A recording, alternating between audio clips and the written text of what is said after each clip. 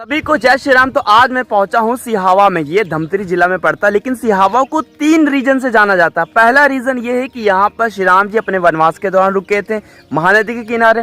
दूसरा रीजन ये है कि यहाँ से होता है महानदी का उद्गम। और तीसरा रीजन यहाँ ये है कि यहाँ पर जितने भी महान 7 ऋषि मुनि हुए हैं, जैसे सप्त ऋषि भी हम बोलते हैं, यहाँ पर 7 ऋषि मुनियों का आश्रम रहा है किसी ज़माने में। तो चलते हैं, एक्सप्लोर करते हैं इस जगह को। तो लेते हैं प्रभु का नाम, बोलो जय श्री राम। आपके 7 ऋषि मुनि कुछ इस प्रकार हैं: गौतम जी, भरद्वाज जी, वशिष्ठ जी, विश्वामित्र जी, जमदग्नि जी, अत्रि जी। तो ये 7 ऋषि मुनि हैं जो अपने समय में काफ़ी ज़्यादा काबिलियत रखते थे, काफ़ी ज़्यादा मतलब कि बहुत सारे जो मंत्र हो गए, हंस हो गए, उन्होंने काफ़ी ज़्यादा उस समय लिखे हैं। तो इसीलिए इनको सप्त ऋषि बोला जाता है और इन्हें माना भी जाता है। और अगर आसमान में देखेंगे तो सप्त ऋषि बनते हुए भी आपको आसमान में दिखाई देंगे। लेकिन जो मेन स्पेशल जो सप्त ऋषि, उसमें से केवल 2 या 3 ऋषि मुनियों का आश्रम यहाँ था, और बाकी के 4 जो ऋषि मुनि हैं वो अलग है, जो मैं आपको आगे चल के दिखाता हूँ। यहाँ पर एक मंदिर भी बना हुआ है जहाँ पर दिखाया गया, सप्त ऋषियों को दिखाया गया है और उनके स्टैचू बनाए गए। तो यहाँ पर लगभग मैं 2 दिन से रुका हुआ था। यहाँ पर शीतला माता मंदिर भी है। अगर आप चौराहे से, सिहावा चौक से अगर 1 किलोमीटर अंदर आएंगे तो वहाँ पर शीतला माता जी का मंदिर मिलेगा। तो जहाँ पर आप नाइट स्टे वगैरह आप कर सकते हैं, अगर आप दर्शन करने के लिए यहाँ पर ऋषि मुनियों के दर्शन करने के लिए आ रहे हैं तो। इस पहाड़ का अगर चढ़ाई करने के लिए आ रहे हैं तो, और श्री राम जी के उस जगह को देखने के लिए आ रहे हैं तो आप यहाँ पर शीतला माता मंदिर में रुक सकते हैं। रूम वगैरह बना हुआ है, मैं वो भी आपको दिखाऊंगा। पहले ये तो देख लें। तो आपको याद होगा कि मैं 2 दिन पहले मैं रुद्रेश्वर में रुका हुआ था, जो आपका पड़ता है मेन धमतरी के पास पड़ता है, वहाँ से 2-3 किलोमीटर दूर है। तो वहाँ से जब वो महानदी क्रॉस किए थे श्री राम जी, तो सिहावा के इस जगह पर रुके थे वो। तो इस जगह को नाम से जाना जाता है। यहाँ पर गणेश जी का उन्होंने स्थापना किया था, इसीलिए इसे गणेश घाट भी कहा जाता है। तो महानदी का पानी है काफ़ी ज़्यादा सूख गया है, तो फिर भी चलते हैं। लेकिन हमारा जो इतिहास है, हम इसे मिथ तो नहीं बोल सकते, ना इसे हम कुछ और भी बोल सकते, लेकिन ये हमारा इतिहास है तो इसको देखना बहुत ज़्यादा ज़रूरी होगा हमारे लिए। तो यहाँ पर केवल दर्शाया गया है, और जो मेन जो जगह ऐसे इसलिए दर्शाया गया है क्योंकि यहाँ पर अपने समय में इन लोग जो है तपस्या किए थे इस जगह पर। और पहाड़ पर वो नाम भी लिखा गया है जहाँ पर जो ऋषि मुनि रहे हैं। तो यहाँ पर 7 टीला आपको दिखेगा। चल के आशीर्वाद लेता हूँ मैं। यार ये कितना ज़्यादा पुराना है, लगभग 500-600 साल तो पुराना है, और इससे ज़्यादा भी कह सकते हैं। इसकी मोटाई देख रहे कितना ज़्यादा मोटा है ये है कि गांव में ऐसे देखने को मिल जाएंगे, शहर में तो पूरी तरीके से उजाड़ के रख दिए हैं। देखिए वो जो दिख रहा है ना, वहाँ पर रहते थे श्रृंगी ऋषि। पहले क्या है ना कि ऋषि मुनियों का एक जगह नहीं था, तो समय पर चेंज होता रहा। तो कभी आप श्रृंगेरपुर भी देखिएगा श्रृंगी ऋषि का, बिहार में भी जाइएगा तो वहाँ भी आपको श्रृंगी ऋषि का आश्रम देखने को मिलेगा। यहाँ के मैंने बहुत सारे घर देखे जिसमें आज भी पुराने तरीके से घर बना हुआ है, जैसे कि ये सूरज भगवान का आगे दीवारों पर बना हुआ है, उस तरीके से स्वास्तिक का चिन्ह बना हुआ है।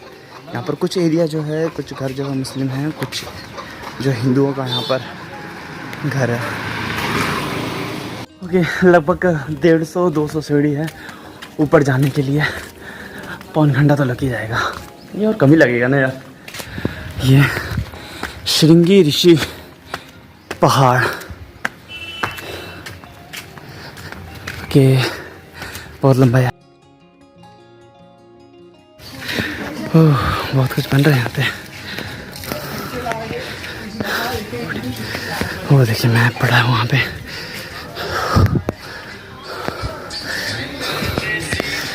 वाह क्या नज़ारा है। ओहो, काले बादलों के साथ ही नज़ारा और ज़्यादा सुंदर आ रहा है। ये शिवलिंग, ये बैठे यहाँ गुफा में।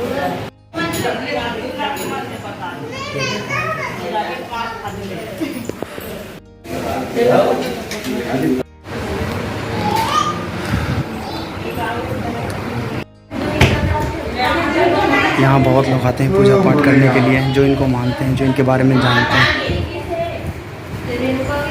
श्रृंगी ऋषि के पिताजी का नाम विभंडक ऋषि मुनि थे। ऐसा मानना रामायण के हिसाब से ये जाना जाता है कि जब विभंडक ऋषि जी जंगल में नदी में नहाने के लिए जाते हैं तो वहाँ पर उर्वशी को देखे जो एक अप्सरा होती है उत्तेजित हो जाते हैं। उत्तेजित होने के बाद उनका जो वीर है वो नदी में चला जाता है और उसी नदी में एक और अप्सरा जो श्रापित होती है मादा हिरण के रूप में, जो उनका वीर निगल लेती है। निगलने के बाद जन्म होता है श्रृंगी ऋषि जी का। इस तरह से जो अप्सरा श्रापित होती है वो मुक्त हो जाती है अपने श्राप से और अप्सरा बनकर वो स्वर्ग में लौट जाती है। लेकिन श्रृंगी ऋषि का जो बचपन था वो बहुत ज्यादा कठिन भरा था, क्योंकि उनके सिर पर सींग होने के कारण वहाँ की गाँव की लड़कियां बहुत ज्यादा मजाक उड़ाया करती, जिस वजह से विभंडक जी को बहुत ज्यादा गुस्सा आता और गुस्सा होने के कारण वो लेके आ जाते हैं धमतरी के सिहावा पर्वत पर और उस समय से इस पर्वत का नाम हो जाता है सिहावा पर्वत। जानकारी के लिए मैं आपको ये बताना चाहता हूँ कि ये वही ऋषि मुनि है जिसके कारण जन्म हुआ था दशरथ जी के 4 बेटों का, जिसमें श्री राम जी भी है। बाहर का यार कितना ज्यादा ये थोड़ा थोड़ा मुझे हिमाचल का याद दिला दिया, क्योंकि हिमाचल में जब मैं एक जगह था, क्या नाम है वहाँ पे भूल रहा हूँ, वो जगह पे बहुत सुंदर लगा था। ऐसा माना जाता है कि महाकाल और पार्वती जी उस जगह से, हिमाचल की बात कर रहा हूँ, कि उस जगह से वो महाभारत देखे थे। तो वो सब जो पहाड़ देख रहे हैं, किसी न किसी पहाड़ पर जैसे 7 जो ऋषि मुनि जो आपको मैंने दिखाया, तो वो किसी न किसी पहाड़ पर उनका स्थान बना हुआ है। इधर साइड आप नगरी के साइड अगर आप जाएंगे, ये नगरी के साइड जाएंगे तो आपको देखने को मिलेगा इस तरीके का।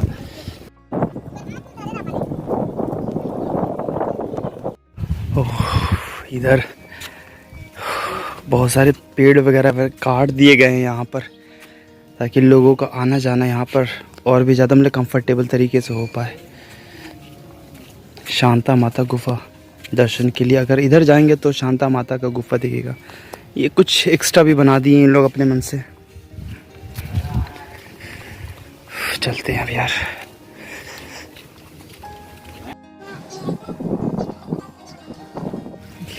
ये है, यहाँ पर ऐसे बताया जाता है कि महानदी का उद्गम ऐसा वगैरह बताया जाता है यहाँ से। मतलब कि ये पहाड़ है, पूरा पहाड़ से कहीं पानी आ रहा है, ऐसा माना जाता है कि पहाड़ के नीचे से कहीं पानी निकल रहा है। तो अब मैं दिखाने जा रहा हूँ वो जगह जहाँ पर श्री राम जी गणेश जी की स्थापना किए थे, तब से उस जगह का नाम हो गया गणेश घाट, जो लगभग यहाँ से 400 मीटर की दूरी पर है। चलते हैं फिर। यार लोग अब कहते हैं ना कि आप श्री राम जी के बारे में ज़्यादा जानकारी नहीं देते, मैं तो उनको ये बताना चाहता हूँ कि देखो क्या है ना कि दंडकर्ण जंगल में वो ज़्यादा से ज़्यादा वो चले हैं, उससे ज़्यादा वो ऋषि मुनियों से मिले हैं और राक्षस वगैरह का भी उन्होंने मारा है। तो क्या है ना कि इतना डीप में नॉलेज नहीं है और रामायण में भी इतना ज़्यादा डीप में, बस मोटा मोटा एक लिख दिया गया कि हाँ इतने राक्षसों को उन्होंने अपने वनवास काल में मारा। अभी जो मेरा मेन मकसद है उस जगह को दिखाना जहाँ जहाँ श्री राम जी रुके हैं, ताकि आप अपने समय या फिर आपके पास टाइम हो तो इस जगह को घूम सकते हैं, तो आपके लिए थोड़ा सा कंफर्टेबल होगा मेरा वीडियो।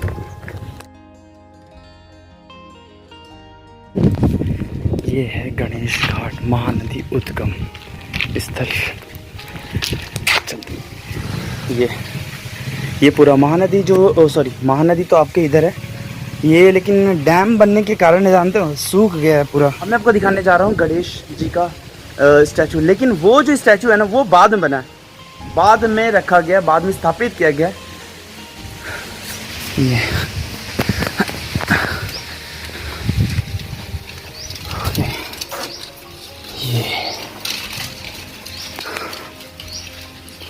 ये पूरा पहाड़ है, ऐसा ही आपको 2-3 पहाड़ अभी और दिखेगा उधर साइड में। तो उधर अगस्त ऋषि मुनि जी का, फिर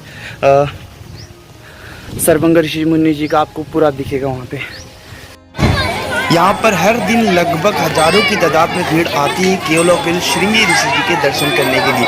यहाँ पर वो मानते हैं कि उनका कुल देवता है। और ये है यहाँ का शीतला माता मंदिर। तो कभी भी इन फ्यूचर में आते तो यहाँ पर आप रुक सकते, कोई सी खास व्यवस्था नहीं है, पर हाँ रुकने के लिए ठीक है।